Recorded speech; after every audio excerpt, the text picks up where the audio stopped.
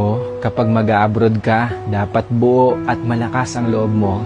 Dahil kung hindi rin lang buo at malakas ang loob mo, huwag mo nang ipagpatuloy pa. Kapag nang ibang bansa ka, dapat kaya mong lahat dahil marami kang kalaban doon sa pupuntahan mo. Nariyan ang lungkot dahil mapapalayo ka sa pamilya mo. Isa yan sa pinakamalakas na kalaban na pwedeng umatake sa'yo. Nariyan din ang takot.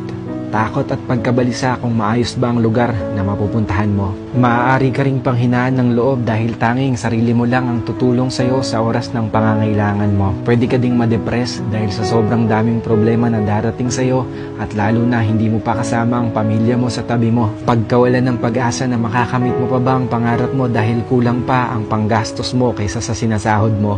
At marami pang iba. Ilan lang yan sa maaari mong maranasan kapag nang ibang bansa ka. Pero dapat kapag nag-abroad ka, kaya mong magtiis at magsakripisyo para sa pangarap mo. Kaya mong indahin ang lahat ng lungkot para sa pamilya mo. Kaya mong kainin ang pride mo kahit na alam mong iba ang trabaho na madadatnan mo sa pupuntahan mo. Kaya mong magtiyaga ng matagal na panahon para sa mga minamahal mo. At kaya mo dapat makibagay lalo na't iba't ibang klase ng tao at nasyonalidad ang makakasalamuha mo. Kapag nag-abroad ka, lahat ng feelings ay mararamdaman mo.